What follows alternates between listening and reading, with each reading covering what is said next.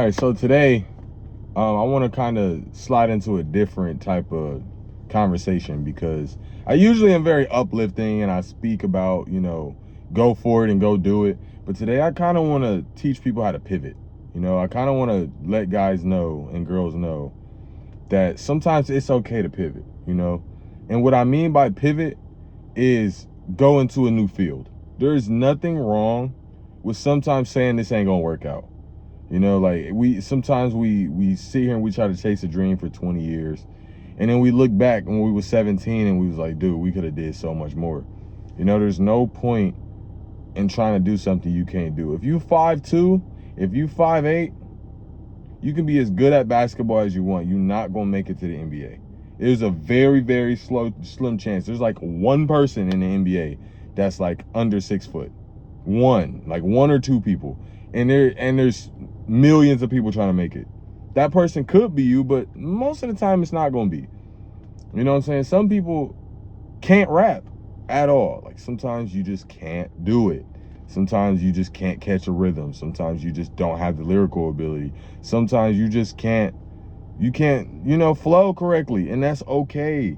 And sometimes you sound bad on auto-tune. Sometimes you just can't get your vocals right. And there's nothing wrong with pivoting, pivoting into something that you can do and that you're passionate about. And I get it. Sometimes you might be passionate. And if you want to be a 5'8" basketball player, you can be. But trying to make it to the NBA is going to be the issue. You know what I'm saying? You might be able to go in next chapter. You might be able to find your niche at entertainment, being the shortest hooper. You know what I'm saying? That you can find ways to pivot to get to your goals while pivoting. You know what I'm saying? Like there's nothing wrong with that. And let me tell you something else. As young people, we gotta stop setting ourselves up for failure. This is another topic right here. Setting ourselves up for failure, meaning getting an apartment too early. Sometimes it's okay to live with your parents. It's okay to live with auntie and uncle. It's okay to live with grandma and grandpa.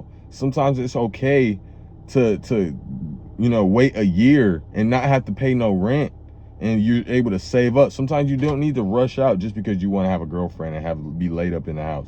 Sometimes it's okay. It's okay to not get a car note right away. You can go get a 2011 Chevy and be fucking fine. And it runs perfect.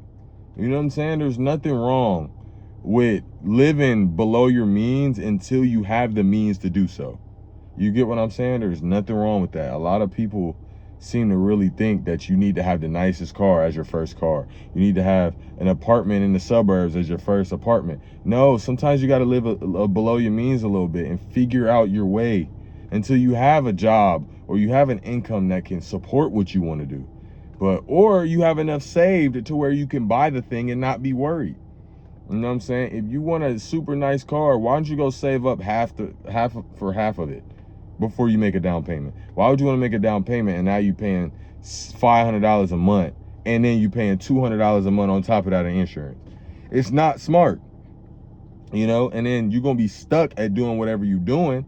And then you get stuck in the American cycle of having to work a job to pay bills.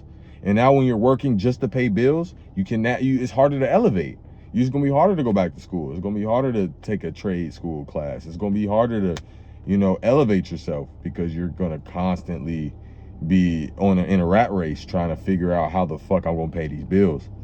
Like these jobs aren't meant to make you rich. They're not meant to help you figure out your life. They're just meant to help you sustain. That's the word of the day, sustain.